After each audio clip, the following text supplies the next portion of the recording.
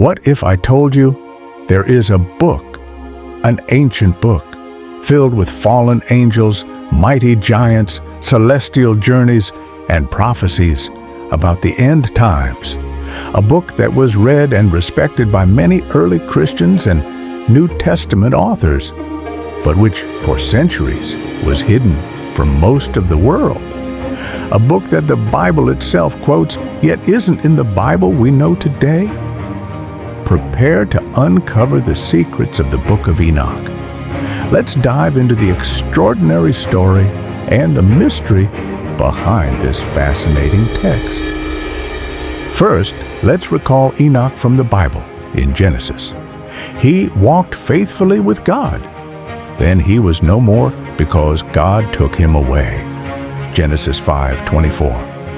An enigmatic figure who did not experience common death. The Book of Enoch, or 1 Enoch as scholars call it since there are other later texts attributed to him, claims to record the revelations given to this antediluvian patriarch.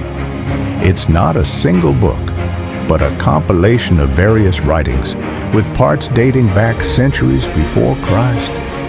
It transports us to a world of complex cosmology, angels, demons, and apocalyptic visions. What makes Enoch so captivating? One of its most famous sections, the Book of the Watchers, dramatically expands on the mysterious passage in Genesis 6 about the sons of God and the daughters of humans.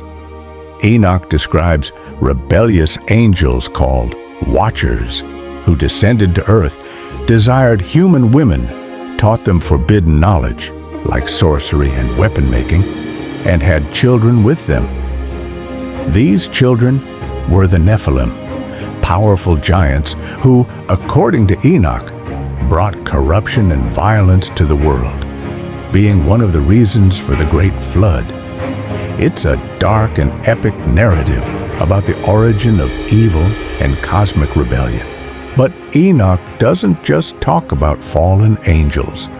The book narrates Enoch's incredible journeys through the heavens, guided by angels like Uriel. He describes the secrets of the universe, the dwellings of the righteous, and the places of punishment for the wicked, the order of the stars, the solar calendar, different from the later Jewish lunar calendar, and even glimpses of the throne of God.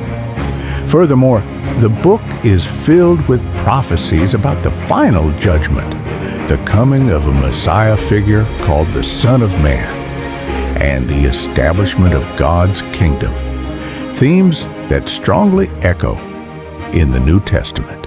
If it was so influential and even quoted in the New Testament, yes, the Epistle of Jude directly quotes a prophecy from the Book of Enoch, Jude 1:14-15. Why isn't it part of the Bible most of us use today? The story is complex. In the early centuries of Christianity, Enoch was read and cited by many church fathers like Tertullian and Origen. However, its acceptance was never universal. Some reasons often cited for its eventual exclusion from the canon, the official list of inspired books, by most Christian traditions include content considered strange, its detailed descriptions of angels, demons, cosmology, and the Watcher narratives were seen by some as excessive or even heretical, not perfectly aligning with other canonical texts. Authorship and dating, questions. Although attributed to Enoch, scholars recognize it as a compilation of sources from different periods, raising questions about its authorship and direct divine inspiration according to the criteria for canonicity, loss, and rediscovery.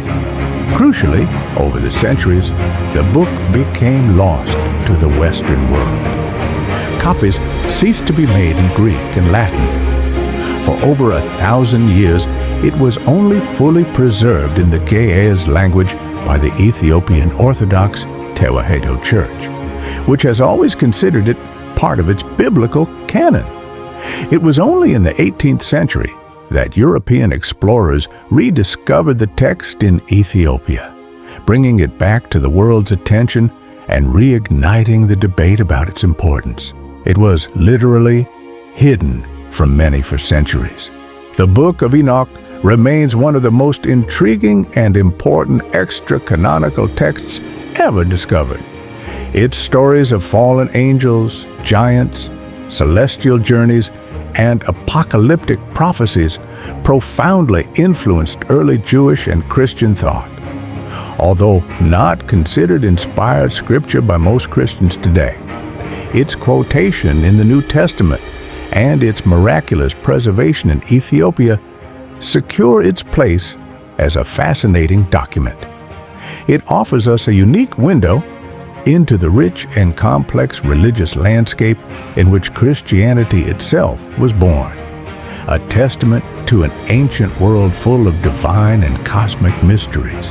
What do you think about the Book of Enoch? Did you know these stories? Are there other lost or apocryphal books that fascinate you? Leave your comment below. If you enjoyed uncovering this mystery with us, please give us a like, subscribe to Verse Within, and hit the notification bell so you don't miss our next journeys through the stories of the Bible and its surroundings.